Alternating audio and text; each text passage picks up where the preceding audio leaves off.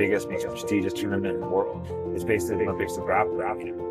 If you have ADCC title, it's like a different level of respect. I'm always ready. I ain't need no motherfucking camp for this. I ain't need no fucking camp. I don't need a whole bunch of coaches. I don't need fucking cross training. I'm here, baby. I'm always ready. I'm always ready. Hard with that pitch, baby. It's time to eat. It's time to fucking eat. It's time to fucking eat. Let's go. Wow.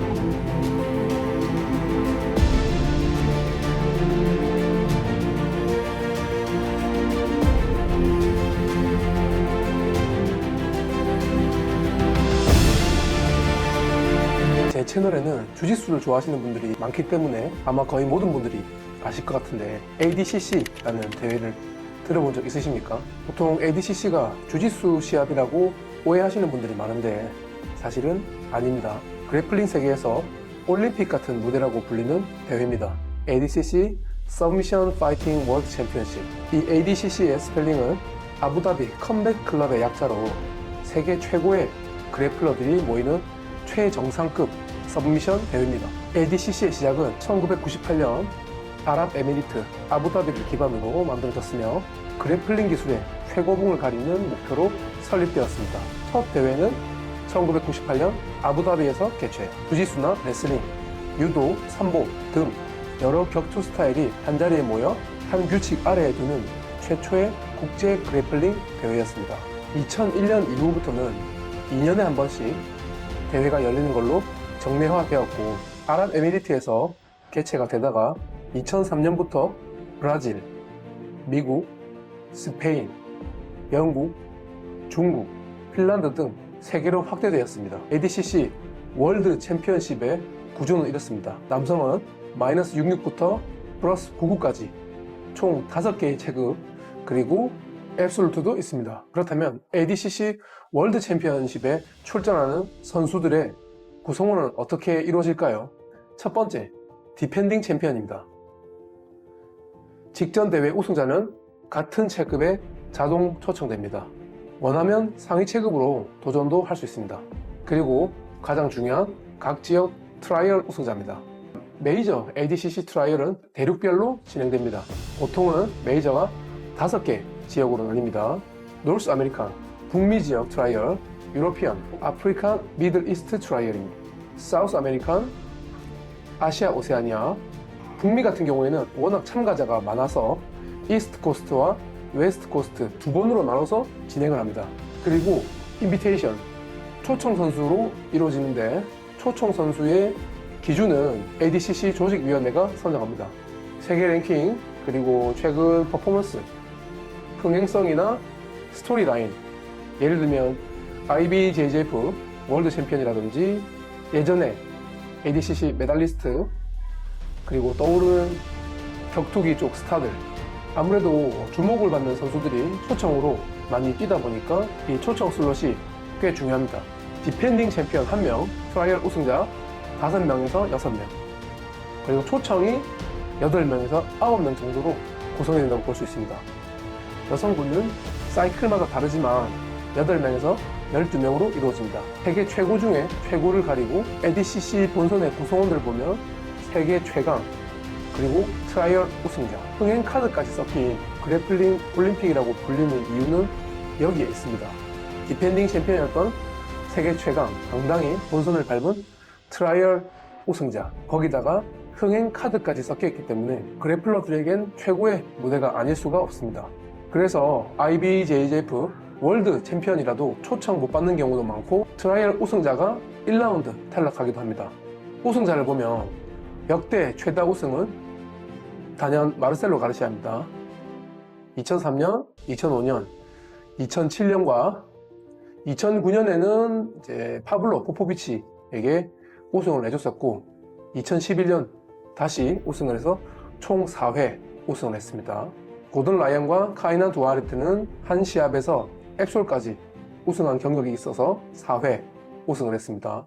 이런 동물의 왕국에서 초창기 동양인 우승자도 있습니다. 2001년 마이너스 88 체급에서 일본의 사네 키코타라는 MMA 선수가 우승한 전력이 있습니다. 애석하게도 국내 우승자는 없지만 본선 무대를 밟은 선수가 총 3명 있습니다. 여러분들이 다 아시는 스턴건 김동현 선수가 한창 이름을 알리던 선수 시절에 인비테이션으로 2013년 베이징에서 열린 ADCC 본선의 첫판 우승자인 홍로발 선수를 만나 이바로 패했습니다. 트라이얼로 본선행을 딴 선수가 딱 2명 있는데 2011년 영국 노팅엄에서 열린 시합에서 고 전두광 선수가 IBJJF 월드 챔피언인 라파엘 로바토 주니어 선수와 붙어서 레슬링이 약한 전두광 선수가 후반 풀링가드를 하면서 마이너스 1점 감점을 당하면서 무리하게 스탠딩을 하다가 백을 내주면서 석패했습니다. 2011년 노팅엄에는 제가 세컨으로 따라가서 그날의 생생한 기억이 있습니다. 아주 어린 나이에 세계적인 그래플러들을 상대로 정말 좋은 퍼포먼스를 보여줬던 전두광 선수였습니다. 아쉽게 지금은 하늘나라에 있는데 하늘나라에서도 좋아하는 주짓수 계속 했으면 좋겠습니다. 그리고 2012년 필리핀 마닐라에서 열린 아시아 트라이얼에서 노영암 전두광 선수가 동반 본선행 티켓을 따내서 이제 초청인 스턴건 김동현 선수와 나란히 3인이 본선을 동시에 밟는 기록을 세웠습니다.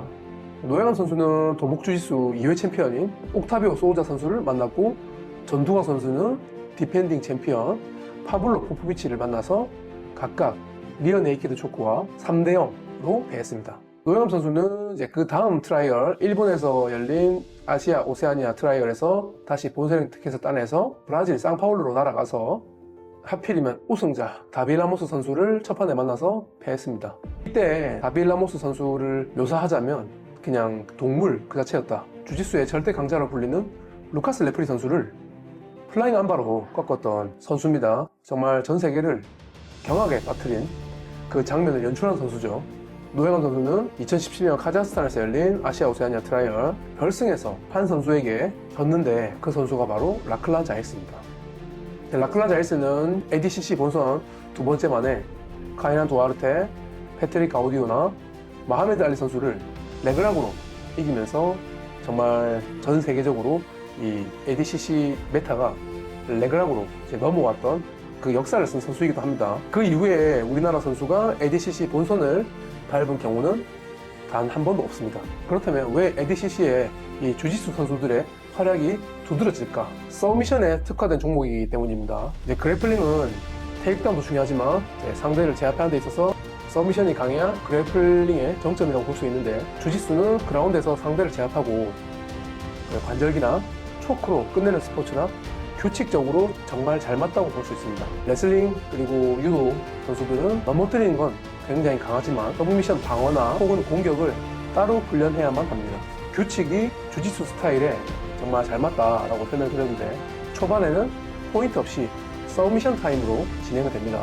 그래서 상대를 넘기거나 어떤 포인트를 땄을 때 전혀 점수가 들어가지 않고 서브미션을 굉장히 장려하는 그런 규칙이 적용이 되어 있습니다. 서브미션 타임에서 포인트 타임으로 넘어가면 이제 상대를 넘기거나 어떤 규칙적으로 적용이 됐을 때 점수가 들어갑니다. 그래서 이런 규칙들이 서브미션 시도를 굉장히 장려하고 가드 플레이도 허용하면서 하체 관절기를 적극적으로 허용하는 특징 같습니다.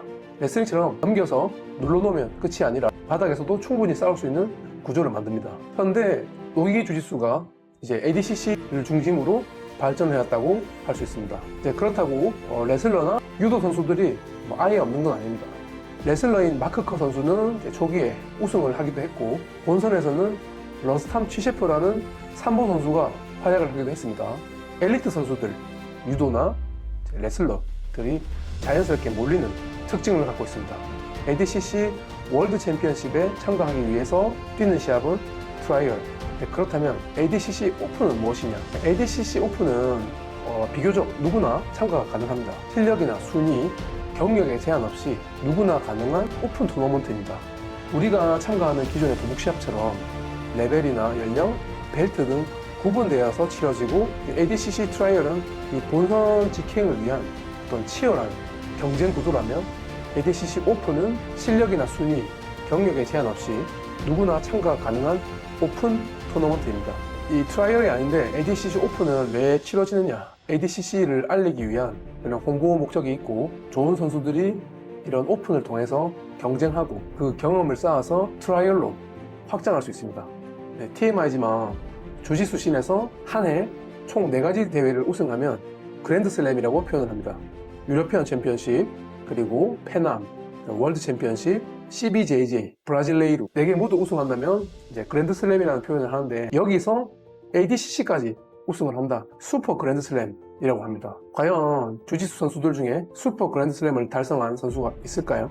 딱 2명 있습니다. 후벤 찰스 코브링야 선수가 2017년 ADCC까지 우승하고 도복 4개 부분 우승해서 슈퍼 그랜드슬램 달성한 바 있고, 최근에는 2024년에 미카 갈바오 선수가 ADCC는 마이너스 77 우승을 했고, 나머지 도복 메이저 4개를 석권한 적이 있습니다.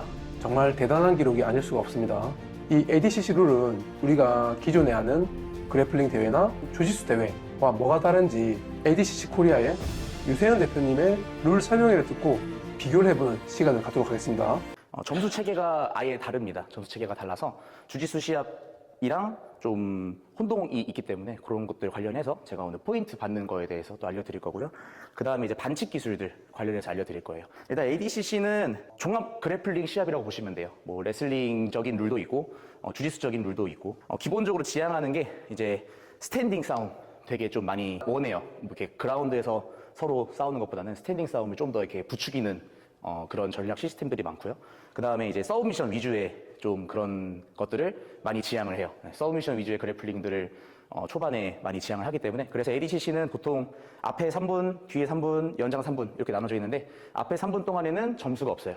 점수가 없이 오직 서브미션으로만 진행이 되고요. 그다음에 뒤에 후반 3분은 이제 점수가 이제 부여가 됩니다. 결과가 안 나오면 연장 3분으로 들어가요.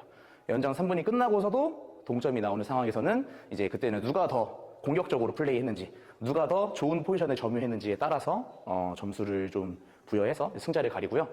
테이크다운 포인트부터 볼게요. 테이크다운은 2가지로 나눠지는데, 일반적인 테이크다운 점수는 2점 들어가고요. 그다음 클린 테이크다운이라고 이제 4점 들어가요. 일반적인 테이크다운 우리가 아는 것처럼 뭐 잡아놓고 다운 시켜서 이렇게 엉덩이나 등이 바닥에 닿게끔 3초간 눌러놓게 되면은 테이크다운 점수 2점 들어가고요. 그 다음에 클린 테이크다운은 내가 상대를 테이크다운 했을 때 바로 어떤 포지션으로 이렇게 뭐 사이드라든지 또는 뭐 넘어뜨렸을 때 바로 마운트로 올라간다라든지 이런 포지셔닝을 바로 잡는 테이크다운 같은 경우는 4점이 들어갑니다. 상대방의 서브미션 위협에 좀 노출이 돼 있으면은 3초가 안 세집니다. 예를 들어서 태클 들어가는데 길로틴 잡혔어요. 그리고 딱 넘어져서 이런 상황이 됐습니다. 자, 여기까지는 서브미션 그립이 있기 때문에 제가 점수를 받을 수가 없어요. 이후에 그립이 풀리고 나서 하나, 둘, 셋, 3초가 지나면 그때 점수를 받게 돼요. 마이너스 1점 받을 수 있거든요. 언제 받을 수 있냐면 스스로 가드 내려가는 거. 셀프 가드 내려가면은 마이너스 1점 받을 수 있어요. 근데 태클을 시도하다가 상대한테 깔렸어요. 스프롤 빵 쳐서 깔려서 내가 가드로 가게 된 경우, 요때는 이제 감점을 안 당할 수가 있습니다. 그래서 테이크다운을 시도하는 중에 가드로 내려갔을 경우에는 감점이 없다라는 거 알고 계시면 되겠습니다. 상대방 다리 치워내서 이게 누르는 것까지가 가드 패스라고 많이 생각하는데, 중요한 거는 등 면적의 70%가 바닥에 닿게끔 유지하고 3초가 지나야 돼요. 예를 들어서 패스를 했는데 이런 상황에 점수를 받을 수가 없어요. 상대를 완벽하게 눌러놓고 하나, 둘, 셋 지나면 그제서야 이제 가드 패스 점수 3점 들어갑니다. 마찬가지로 그래서 터틀 동작 가게 되면은 제가 여기서 가드 패스를 할 수는 없어요. 이렇게 진행이 되고 있고요. 그 다음에 이제 가드 패스 하면서 중요한 게 하나 있는데, 우리가 보통 일반적인 주짓수 시합에서는 상위 포지션에서 서브미션이 들어가요. 근데 상대가 일어나요. 그립이 풀려서 위아래가 바뀌는 상황 나오게 되면은 주짓수 룰에서는 어떻게 되죠? 상대방 2점, 수입으로 2점 먹게 되는데, ADCC에서는 아까 얘기했듯이 공격적인 플레이를 지향해요. 상위 포지션에서 하위 포지션에 있는 사람한테, 그러니까 즉 가드 패스 시도 중에 서브미션이 들어가면은 그건 뒤집혀도 점수를 잃지 않습니다. 탑에서 레그락이라든지 어떤 서브미션이라든지 이런 시도가 들어가서 뒤집히게 되면 점수를 뺏기지 않을 수 있어요. 마운트도 일반적인 주짓수 시합이랑은 조금 달라요. 양쪽 무릎이 바닥에 닿아 있어야 되고요. 상대방의 등에 70% 이상이 바닥에 닿고 있어야 돼요. 자, 이런 상황입니다. 자, 이거 마운트 점수 받을 수 있을까 없을까요? 이거는 받을 수가 없어요. 등이 떨어져 있기 때문에 여기서 받을 수가 없고요. 자, 요건 어떨까요? 이것도 받을 수가 없어요. 무릎이 떨어져 있기 때문에 이렇게 다리 하나 세운 상태로는 점수를 받을 수가 없습니다. 무릎을 꿇고 완벽하게 누른 상태에서 3초가 지나야 돼요. 그리고 나서 이제 볼 거는 상대방 어깨 라인이 되게 중요한데 이 어깨 라인 밑으로 제 다리가 있어야 돼요.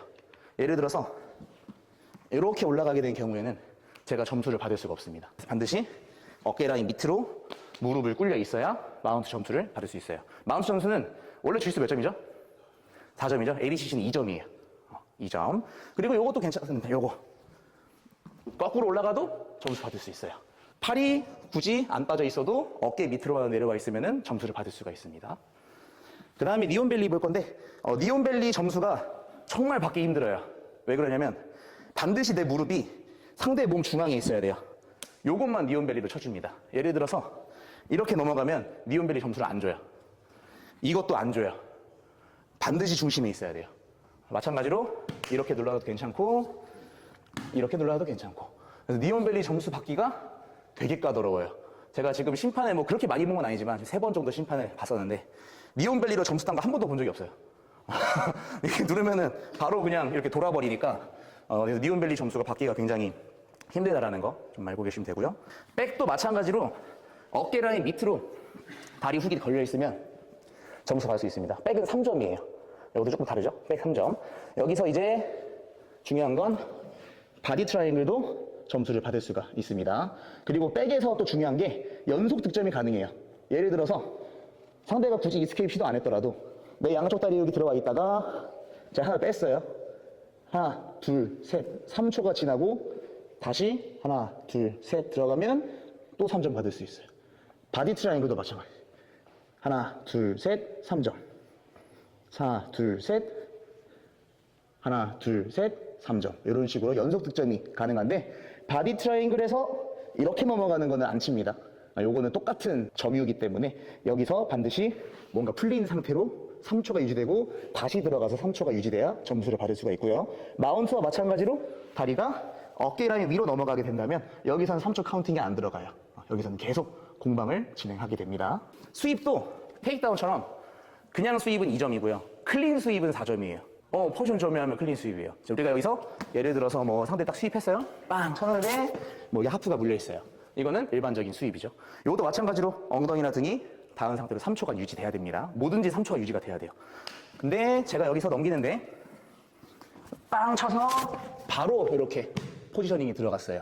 그러면은 이거 4점 받을 수 있습니다. 클린 스윕. 그리고 또 특이한 게 모든 리버설 그 마주보는 상황에서의 뒤집히는 상황을 다 스윕으로 봐요. 예를 들어서 제가 마운트 깔려볼게요. 여기서 이스케이프해서 올라가면 점수 없죠, 그렇죠? ADCC는 이렇게 뒤집어도 점수를 받을 수 있어요. 그래서 내가 포지션을 깔린 상태에서 이스케이프성으로 뒤집게 돼도 2점을 받을 수가 있고요. 뭐 사이드 깔린 상태에서 내가 상대방을 뒤집어가지고 이렇게 눌러놓게 되면은 이제 클린 스윕, 이건 4점이 들어가겠죠. 그래서 이런 식으로 스윕은 점수가 들어가고 있습니다. 마찬가지로 스윕했는데 서브미션 그립이 잡혀 있어요. 점수 받을 수 있을까요, 없을까요? 받을 수 없어요. 어떤 상황이든지 서브미션 그립이 있으면 점수를 받을 수가 없습니다. 서브미션 그립이 풀리고 나서 3초가 지나야 점수를 받을 수가 있어요. 그래서 내가 점수 뺏기기 싫으면 뭐 해야 돼요? 서브미션 그립 잡으면 점수 안 뺏길 수 있어요. 그래서 그거 잘 활용하시면 좋고요. 다른 그래플링 룰들이랑 많이 다른 게 터틀 포지션. 터틀 포지션인데 흔히 말해서 그라운드에서 터틀만 잘해도 점수 계속 안 뺏길 수 있어요. 그래서 예를 들어서 제가 패스를 당했어요. 빵 패스 당하고 자 터틀을 만듭니다. 자 터틀에서 3초가 지났어요. 여기서 터틀에서 하나 둘 셋 이후에 제가 눕혀줬어요. 자 이거 상대방 가드 패스 점수 받을 수 있을까 없을까요? 점수가 안 들어갑니다. 그러니까 터틀에서 3초가 유지되면 뉴트럴 포지션이라고 해서 중립 상황으로 가요. 그래서 가드 패스 점수가 안 들어가요. 그러면 터틀 포지션에서 잡을 수 있는 포인트는 뭐밖에 없을까요? 백밖에 없어요. 상대가 터틀을 가게 되면 내가 점수를 받을 수 있는 상황은 백밖에 없습니다. 그게 아니면 터틀에서 3초를 주면 안 돼요. 상대가 터틀을 가면 빨리 터틀을 뭉개가지고 눕혀야 돼요. 그러면 패스 점수나 테이크다운 점수 받을 수가 있는데 그게 아니고서는 터틀에서 3초가 지나면 이제 백 말고는 그 어떤 점수를 받기가 힘듭니다. 심지어 이제 제가 위에서 떨어지더라도 마주보는 상황이 아니기 때문에 그건 수입이 아니에요. 그래서 상대가 엎드리게 되면은 백테이크 시도를 많이 해주시는 게 아마 점수를 따는 포인트가 좀 될 것 같아요. 주짓수 룰 보면 크루시픽스가 반칙으로 돼 있거든요. 근데 이게 약간 좀 오해의 소지가 있어요. 크루시픽스 자체가 반칙은 아닙니다. 크루시픽스 자체가 반칙은 아닌데 크루시픽스에서 넥크랭크가 들어가는 반칙이에요. 그러니까 예를 들어서 제가 이게 크루시픽스가 상대방 여기 한쪽 어깨 잡고 반대쪽 어깨 다리로 잡는 게 크루시픽스잖아요. 이렇게 잡는 건 아무런 상관이 없어요. 근데 문제는 뭐냐면 이렇게 잡아놓고 나서 제가 일어나면서 목을 꺾는 행위 이렇게 들어가면은 이거는 실격으로 들어갑니다. 우리가 ADCC에서 그 양쪽 어깨가 고립되고 목을 잠근 상태 이거를 이제 넥크랭크 또는 풀레슨이라고 부르잖아요. 그런 동작은 반칙이에요. 그래서 양쪽 어깨가 잠겨 있고 목을 압박하는 상황 요거는 이제 실격이라고 보시면 됩니다. 뭐 다른 거 예를 들면은 스탠딩에서 뭐 이런 식으로 압박하는 것도 요것도 이제 풀레슨으로 들어가기 때문에 실격이고. 그래서 양쪽 어깨가 잠긴 상태에서 목을 압박하는 행위는 하면 안 돼요. 뭐 하프레슨은 괜찮겠죠? 예를 들어서 뭐 터틀 자세 있는데 제가 상대방 이렇게 잡아서 뭐 넘긴다라든지 뭐 이건 괜찮습니다. 근데 이렇게 들어가서 뭔가 누르는 자세 하시면 안 돼요. 일단은 장애라는 개념이 없어요. ADCC는 심판이 말리지 않는 한 계속 진행이 됩니다.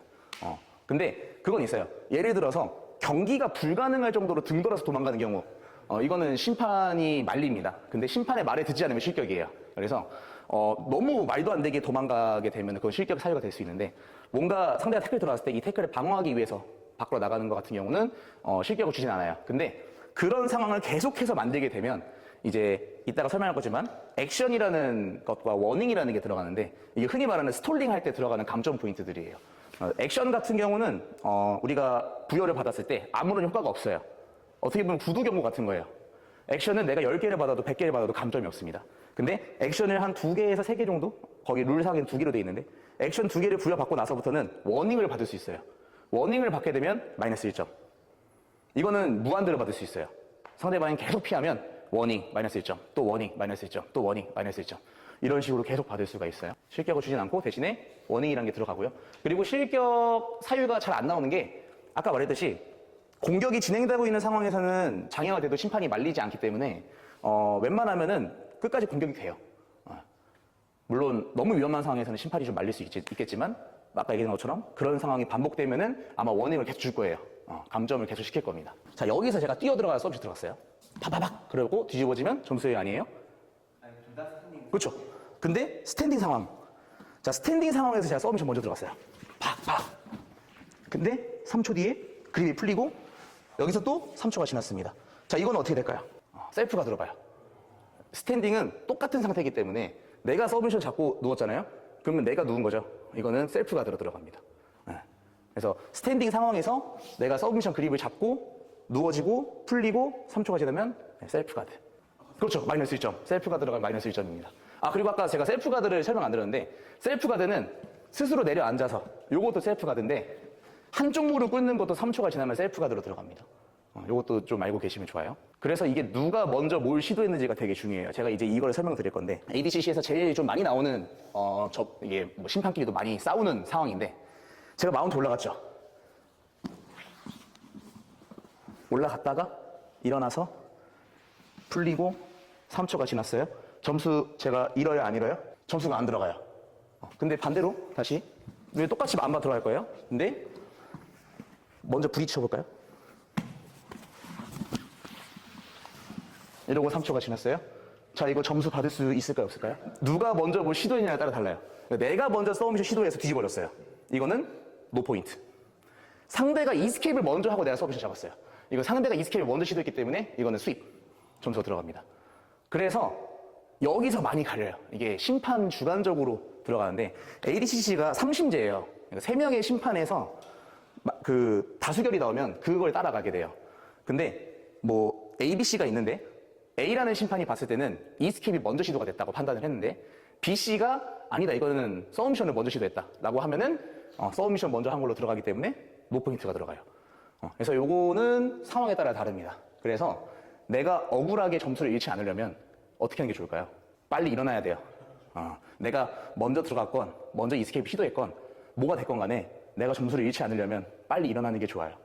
물론 누가 봐도 내가 먼저 시도했다 그러면은 뭐 상관이 없을 텐데 그게 아니고 조금 애매한 상황인 것 같으면은 빨리 일어나셔야 점수를 억울하게 안 잃을 수가 있습니다. 그 심판의 권한이 너무나도 강력해서 그 세컨 쪽에서의 소청이 아예 없어요. 비디오 찍는 것도 소용이 없어요. 비디오 찍어서 보여줘도 ADC 심판은 그 비디오를 보면 안 돼요. 그게 그 심판 규칙에 써 있어요. 비디오를 제출했을 때 보면 안 돼요. 그리고 무조건 다수결로 심판에 그 다수결로 들어가기 때문에 사실상 세컨 쪽에서 뭐 이렇게 항의를 해도 듣지 않을 수가 있어요.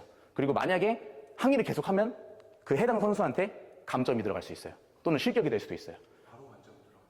그거는 심판 마음이에요. 네, 심판이 예를 들어서 뭐 여기 세컨 쪽에서 뭐 정중하게 얘기할 수 있잖아요. 그러면은 그냥 이렇게 얘기하지 마세요 하고 할 수 있는데 막 쌍욕해요. 그러면은 그냥 바로 실격 뭐 이렇게 할 수도 있어요. 그래서 심판의 권한이 되게 세기 때문에 만약에 시합을 나가시는 분들이라면 그런 것도 좀 생각을 해야 돼요. 심판 룰이 이론적으로 봤을 때 오심이 있을 수가 없어요. 무조건 심판 3명에서 다수결로 들어가고 이런 항의 같은 걸 이제 아예 그냥 차단해버리기 때문에 그런 식이 좀 진행이 됩니다. 서브미션 걸렸어요. 이거 어떻게 돼요? 근데 탭이 아니에요. 이게 딱 걸렸을 때 나오면은 탭인데 하고 버티는 듯한 신음은 실격 이거 안 끝내더라고요. 계속 하더라고요. 저도 한번 실수했어요. 그래서 매트 심판 보다가 안바 걸렸는데 하는 거예요. 그래서 제가 끝냈는데 심판이 갑자기 왜 끝내냐고 다시 안바 잡고 시작하라고. 그래서 하다가 결국엔 나와서 탭 결국엔 끝났는데 버티는 신음은 괜찮대요. 저도 이거는 좀 바뀌었으면 좋겠는데 버티는 신음은 괜찮고 그 진짜 고통스러워서 지르는 비명은 이제 끝내고요. 그 차이가 조금 있습니다. 특히나 이제 트라이얼 같이 큰 시합이라면 뭐 소리를 질러도 이 탭이라는 행위가 없으면은 끝내진 않습니다. 승자 선언 전에 세레모니. 네네네. 그거 되게 많이 해요, 은근. 예를 들어서 막 연장까지 가서 동점이 됐어요. 근데 내가 좀 잘했다라는 거 어필하고 싶잖아요. 그러면 막 이런 것도 해요. 우리 팀들한테 막 소리 질러달라. 막 이렇게 해도 해요. 되게 좀 그런 부분들에 있어서 좀 자유로워요. 약간 보는 재미도 좀 있고요. 그런 상황이 나오니까. 레슬링적인 거에 비중을 많이 두더라고요. 예를 들어서 뭐 탑에 있고 뭐 바텀에서 뭔가 시간이 오래 걸렸다면은 뭐 탑에 있는 사람한테 좀 더 이렇게 점수를 주는 것도 있는 것 같아요. 일반적인 시합에서는 점수를 주지 않아요. 셀프가드를. 근데 결승전 경기는 좀 달라요. ADCC에서 결승전 경기는 원래는 3분 3분이죠. 결승전은 4분 4분 4분으로 들어가거든요. 근데 결승전 때는 점수가 없는 그 노포인트 타임에도 감점만 들어가요. 결승전에만 해당합니다, 이거는. 예를 들어서 내가 결승전 무대인데 내려가서 3초가 지나면은 마이너스 1대 0으로 시작하게 되는 거예요. 차라리 결승전 때는 내려가는 것보다 태클 당하는 게 낫겠죠? 노포인트로 내려갈 수 있으니까. 심판 쪽에서 3분이 지나면 포인트라고 외쳐요. 그 외친 이후부터 딱 시작이에요, 점수가. 어드밴티지가 없기 때문에 아까 얘기했던 그런 더블가드 상황에서의 어떤 공방이 잘 없어요. 일리걸 테크닉, 요거 좀 알아볼 건데 일단 기본적으로 프로룰에서는 모든 하체 관절기가 다 됩니다. 웬만한 모든 하체 관절기가 다 되는데 그 프로 이하에서는 히로 금지예요. 예를 들어서 뭐 비기너, 인터미디어, 어드밴스 요 클래스에서는 또는 마스터 프로는 어드밴스로 들어가거든요. 이 뒤꿈치가 빠지는 그립을 잡게 되면은 실격이 들어갑니다. 이거는 오로지 프로룰에서만 쓸 수가 있어요. 근데 니리핑은 어떤 클래스든 가능해요. 비기너도 가능하고 뭐 청소년도 상관없고 다 쓸 수 있어요. 니리핑은 다 쓸 수 있지만 힐업은 프로에서만 가능하다는 거 알고 계시면 되고요. 그리고 손으로 여기 막는 거 있죠, 이거 머플러 초크라고 하는 거. 요것도 이제 프로에서만 돼요. 프로 프로 미만에서는 이렇게 막는 행위 안 됩니다. 모두 안 되고. 그리고 슬램도 프로에서만 돼요. 프로 미만의 시합에서는 그 어떤 슬램도 허용하지 않습니다. 근데 프로에서 허용하는 슬램이 허용하는 게 있고 허용되지 않는 슬램이 있는데 예를 들어서 제가 일방적으로 상대를 들어서 찍어 누르게 되면 그건 슬램이에요. 그건 실격 슬램이에요. 근데 서브미션 그립이 있는 상황, 딱 여기 트라이앵글 그립이 잡혀 있고 뭔가 초크가 들어가는 상황이야. 여기서 들어가지고 빵 찍는 거는 이거는 해도 됩니다. 프로에서는 해도 돼요. 근데 여기서 주의해야 될 거는 내가 들어서 머리가 먼저 떨어지게끔 슬램 하게 되면은 이거는 그 어떤 이유에서든 실격이에요. 그리고 서브미션 그립이 잡혀 있는 상태에서 슬램을 하는 과정인데 그 과정 중에 그립이 풀렸어요. 그러면은 여기서는 들어가지고 찍으면 안 돼요. 그래서 상대방의 서브미션 상황에서만 가능합니다. 자, 여기서 리어네이키드 초크 그립이 들어왔어. 여기서는 슬램 해도 돼요. 어떻게 슬램 할까요? 여기서는 뒤로 누워서 슬램 할 수 있어요. 불이 풀렸어요? 여기서는 슬램 하면 안 돼요. 초크 그립이 풀렸기 때문에 여기서는 슬램 하면 안 됩니다. 상대가 여기 뒤에 매달렸다고 생각을 할게요. 매달렸을 때 제가 이렇게 앞으로 구르는 거, 이것도 실격입니다. 프론트롤 실격이에요. 어깨 쪽으로 구르는 건 상관없는데 지금처럼 상대가 올라타 있다 가정했을 때 내가 정면으로 이렇게 구르게 되면은 목이 다칠 수 있기 때문에 이것도 실격으로 들어갑니다. 그 다음에 목을 비틀어서 잠그는 행위도 안 돼요. 무슨 말이냐면 우리가 길로틴 뭐 걸 때 팔로 이렇게 머리 각도를 틀어서 뭐 여기가 이렇게 잡는 건 괜찮아요. 잡아서 돌려놓고 이렇게 하면 괜찮은데 여기를 잠가버리면 이때부터 실격이에요. 그러니까 목을 비틀어서 고립시키면 안 돼요. 목을 내가 뭐 이렇게 비틀어서 잡거나 뭐 이건 괜찮습니다. 근데 비틀은 다음에 고정하는 게 들어가면은 이건 실격이에요. 근데 이거는 아마 느껴보시면 알겠지만 되게 좀 뭔가 큰일 날 것 같죠, 그렇죠? 그래서 요거는 목이 바로 다칠 수 있기 때문에 실격으로 들어갑니다. 요게 다는 아니고요. 또 뭐 세부적으로 뭐 더 있어요. 뭐 추가적인 룰들이 있는데 요거는 나중에 저희 정식 룰 세미나 이제 수원에서 진행이 되는데 시합은 5월 10일이고 5월 9일날 진행이 될 거예요. 그때 이제 그 A급 심판이 와서 직접 설명을 할 거거든요. 그때 아마 이제 질문하시면은 웬만한 건 다 이제 해결할 수가 있어요. 그리고 제가 알려드리는 거에도 어느 정도 오류가 좀 있을 수 있습니다. 저도 이제 완벽하게 숙달을 한 게 아니기 때문에 제가 아는 한에서 말씀드렸는데 룰 세미나 오시게 되면은 보다 더 정확한 정보를 알아가실 수 있어요. 특히나 이제 내가 ADCC 심판을 좀 해보고 싶다 하시는 분들은 이번 세미나에 룰 세미나에서 심판 자격증도 발부가 되니까 그때 참여하시면은 전문적으로 배우실 수 있습니다. 저도 매번 갈 때마다 그분한테 배웠었거든요. 그래서 그렇게 알고 계시면 되고요. 그리고 5월 10일 날 이제 저희 ADCC 시합이 한 3년 만에 이제 좀 열리게 되는데 많은 참여 부탁드리겠습니다. 감사합니다.